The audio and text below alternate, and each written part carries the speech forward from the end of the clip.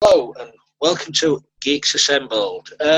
This week we're talking about a particular episode, what celebrated 50 years, that's a few weeks back. We're talking about the very first aired episode of Star Trek, The Man Trap, which is where we first really see and meet the crew of the Enterprise. So let's, without further ado, go to Brian and see what he thought of The Man Trap.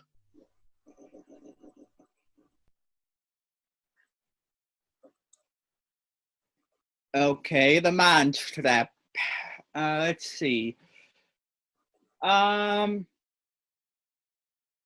honestly, I liked the episode. I really did.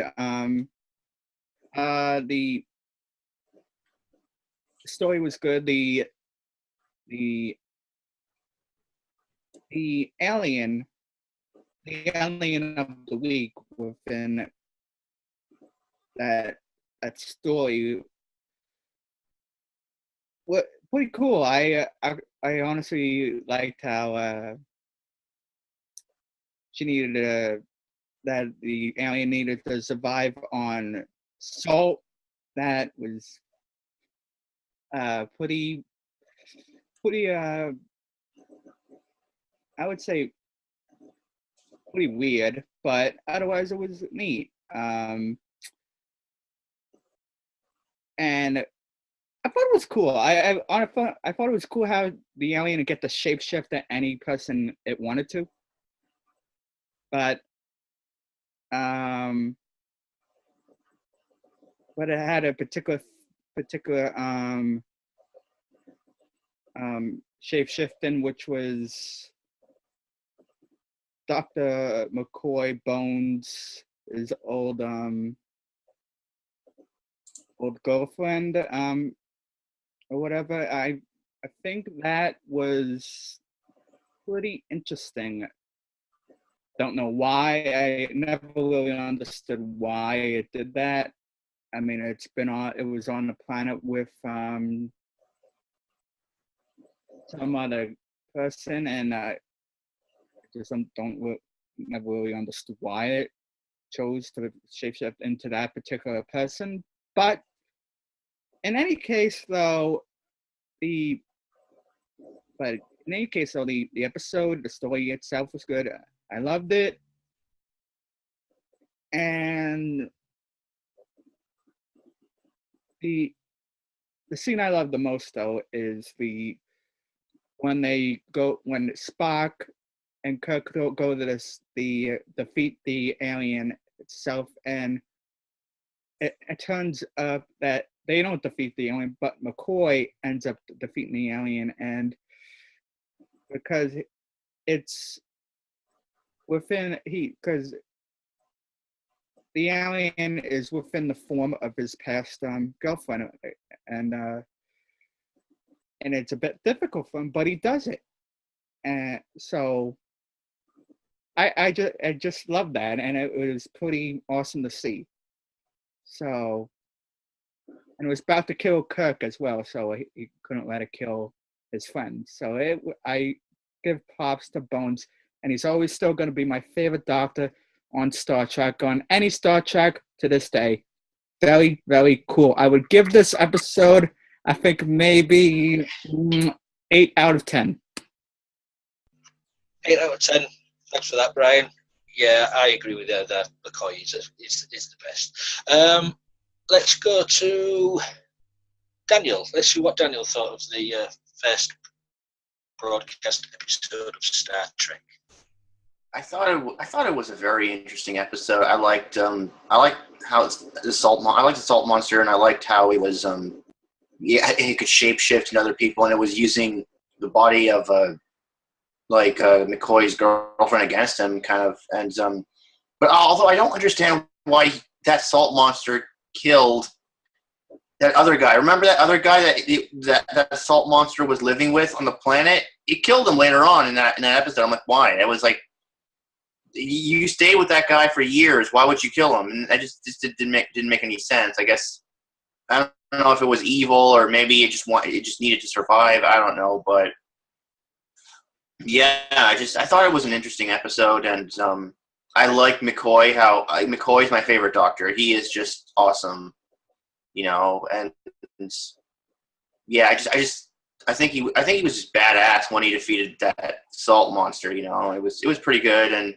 Spock's when Spock was fighting that salt monster, it was pretty cool too. I mean that was like one of the only episodes we see him actually fighting it, because he had that Vulcan neck pinch, which kind of prevented him from doing a lot of running and fighting.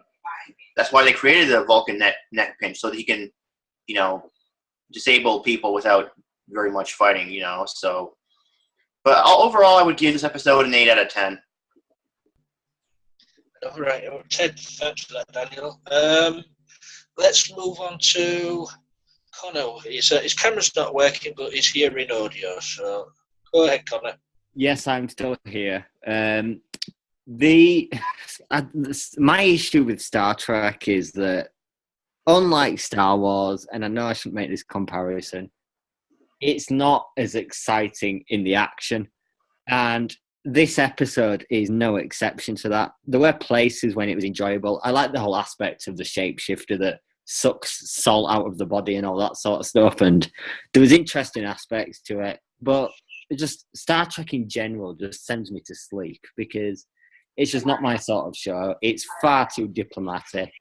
There's not that much action, and this just seems like a safe sort of series premiere, which many shows do. They're not really that adventurous when they're trying to put a show out there, and it had great concepts. I will not fault the concepts. Like, as I said, the shapeshifter was great. Some of the characters were even great. As Brian mentioned, McCoy is a great character. Even William Shatner as Kirk. Pretty much all of the characters that I enjoyed, mostly Kirk, moderately in the first film that we reviewed earlier on Geeks Assembled, were the ones that I enjoyed in moderation in this episode. And just, unfortunately, to me, it's not Star Wars.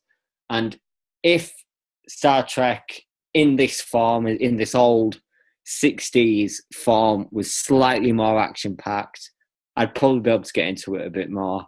I won't be too cruel on it, because it's better than most series out there, and it's also better than most safe premieres of series. So I think overall, I will give this episode a 5.5 out of 10. He's living up to the hating. Colin, you can't really compare Star Wars to Star Trek. You can't. It's a totally different sort of thing. Yeah, but I'm not the first am I? Yeah, I know. It's if you think this didn't have any action in it, really, you want to watch The Next Generation, and you would have gone to sleep. That's just my opinion. We'll move on to our captain of our ship. Here is Susan. Hello, live long and prosper. I'm a very big Trekkie. I have been a Trekkie since I was like a young lady, little girl, I feel. Anyway, I'm really incredibly psyched to be able to review Mantrap. Mantrap was okay. The first pilot was called The Cage, and The Cage was all about being trapped. This is about, sexual trapped, getting trapped sexually. The alien was using all of the sexual frustration of all the characters, including the woman that she replaced. She obviously drained the salt out of the archaeologist's wife, and then replaced her. That was really obvious that she had adopted the physical persona of this alien that came into her planet so that she could, you know, usurp all the salt out of her, and then slowly drain the archaeologists' salt, his salt stores, you know, salt by salt, tablet by tablet, whatever it was. Anyway, that was interesting. And then she used all the sexual frustration of all the other characters. Uhura, as you know, there was definitely this undertone of sexual entrapment going on. You know, Kirk was uh, Kirk wasn't affected by it because he eventually becomes a heightenedly sexualized character, but Bones and the first ensign in the blue shirt, the first one who dies, chases after her because she looks like this being that he just probably had sex with on this other planet, and so he was like chasing her down, and then she turned and killed him. And it was the trope had not been developed yet that all the red shirts would die, so all the blue shirts from this one would die. I mean, it was like before that sort of like unwritten rule was established.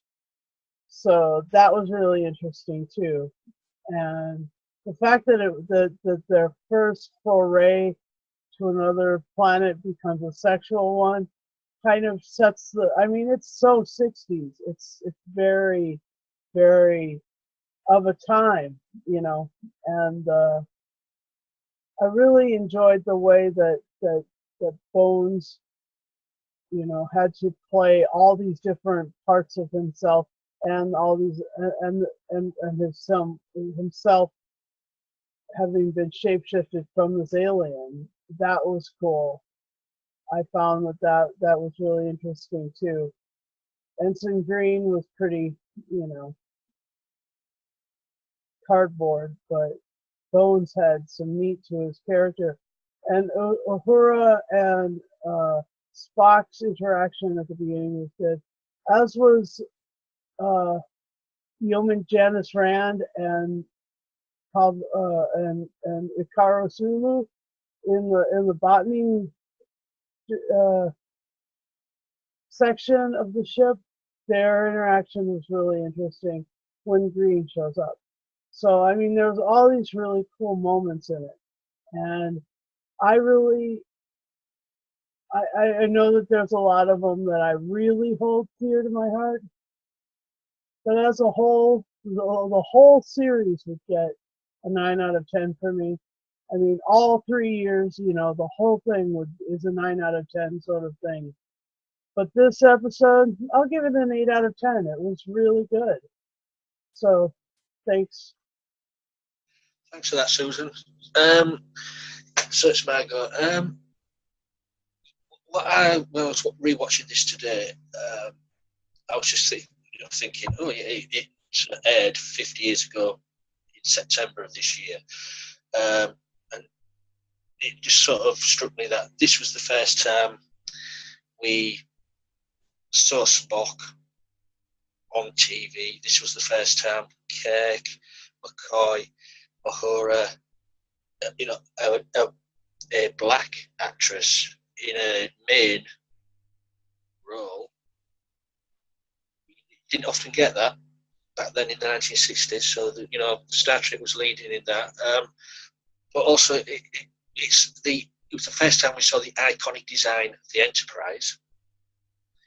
I mean, we'd never seen anything like that before. And it's also, and it was the first time we heard the doors go shh. You know, we got that shh. That was the first time we saw the doors of the Enterprise. But for me, seriously, it's a good start to a cult TV series. As you said, what a brilliant idea for the salt monster, wanting to live off salt, you know, draw it all out of the human bodies. But for me, there was the action of Kirk, where you saw him have authority on his ship, and he sort of shouted down McCoy in the medical bay. I don't care about your long lost loves. I want to know what killed my crew member. And it was his authority was shouting him down, and McCoy's answer was, "Yes, sir, sir." He called him sir. He didn't call him Jim. He called him sir.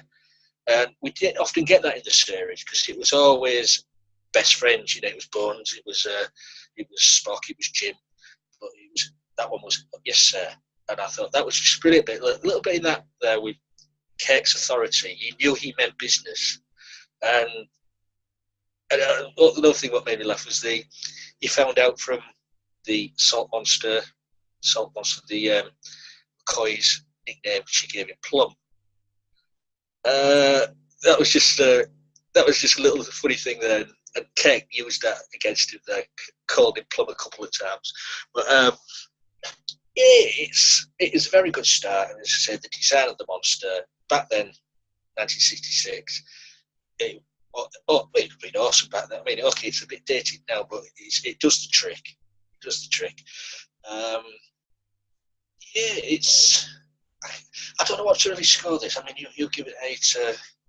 Daniel's give it Connor's give it a 5.5. But I'll mostly give it I'll give it an 8 as well. But it's there is better episodes out there, but for a premiere, it is a good start. So I'm going to open the floor to anybody else who wants to add anything to this discussion.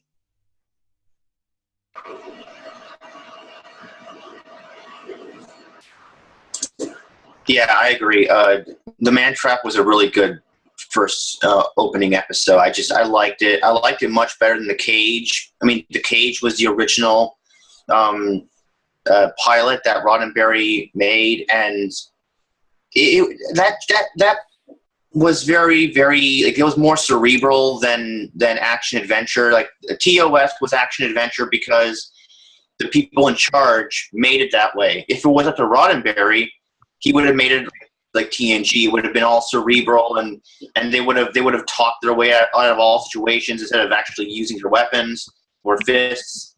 And I'm so glad that NBC kind of like stepped in and said, like, no, you can't do that. Like, this is a television show. It's entertainment first. And that's what television is entertainment first. And yeah, so I loved The Man Trap, and it was great. It was great. I thought it was awesome. Cool. I'd just like to point out as well, nobody's mentioned it, but in this episode, we had no Montgomery Scott in this episode. There was no chief engineer in this episode. He hadn't started yet, really? Yeah. That was just it. I mean, and we know Chekhov didn't appear until the second season, but just wanted to point out there was no Scott in the premiere episode. We're joined by Alex now, so we'll pop over to Alex to see what he thought of The Man Trap. Yeah, it's been a long time since I've seen the episode, but it was very good, except for the continuity errors in terms of Spock and when Kirk leaves and enters either the bridge or a door. I think he enters it several times. But other than that, I like the story. McCoy was good. Even Uhura had corrected Spock and said, you are a little bit human. You're not totally devoted to the Vulcan way.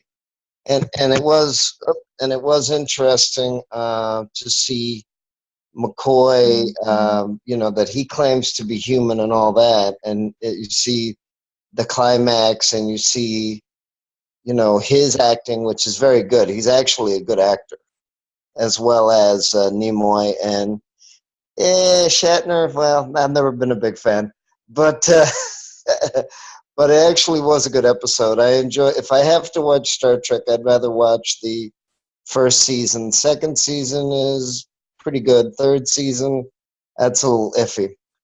but I did like the first season. And of course, I don't know if you guys have mentioned it, but it's another geek fact that if it wasn't for Desi Arnaz and Lucille Ball, Star Trek might not have been filmed. And of course, they're the couple behind I Love Lucy and Here's Lucy and the Lucy Show and all that.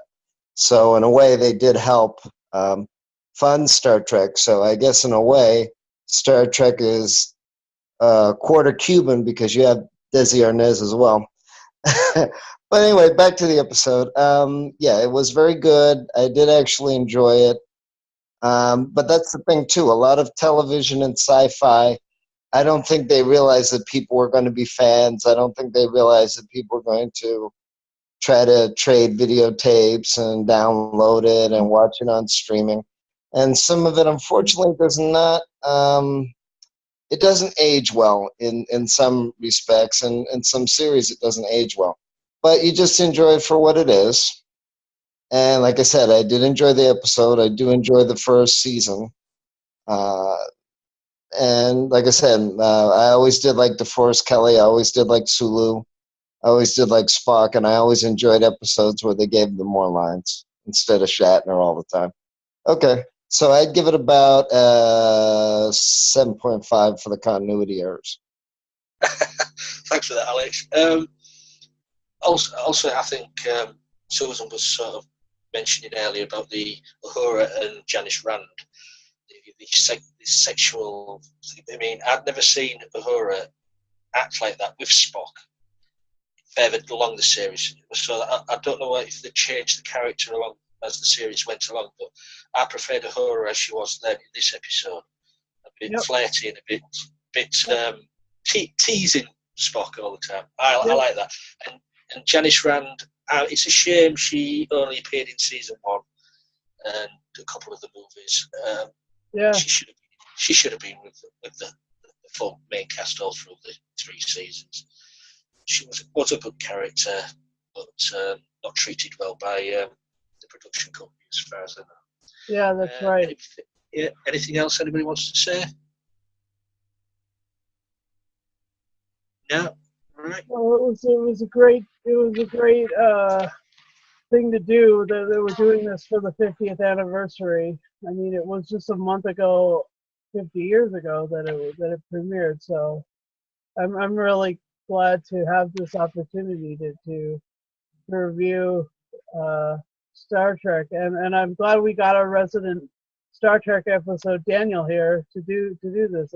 That's a really cool booth. So yeah. It's not often. We'll say it's not often that a TV series is celebrating 50 years in any shape or form. I know. No. It's not. There's not that many TV series. There's only I can think of maybe 4 at the most. But it's celebrated around the world, and Star Trek is up there with those 4. It's been leading. It's been leading in technology. What science fiction back then in the 1960s has become fact in our day and age. Mobile phones, stuff like that. You know, it has been leading in that sort of technology wise. So big thumbs up for Star Trek in that. Anybody? Anything else before we end this cast? Yeah. Okay. We'll end it there then. Thanks for all our members here who took time out today to sit down and talk the Man Trap. Please subscribe, follow us on Twitter, join our Facebook page, and also Susan's got a channel. Go on, what's the name of your channel, Susan? Well, it's TJ Dunamis. So yeah, that's it. And your the radio station. And Blue. We do a Mixler radio show for TARDIS Blue radio. It's fun. I'm on Monday and Wednesday, and then there's often a Thursday show with my other DJ friend, Justin Masters. Cool. I'll give you a little plug there, Susan, you know. Thank you.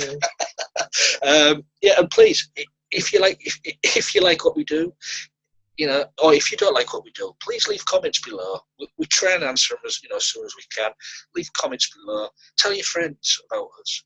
If you want us to review anything, put some suggestions in the comments. We're here to please you out there. So until next time, be safe, and we'll be seeing you. Live long and prosper.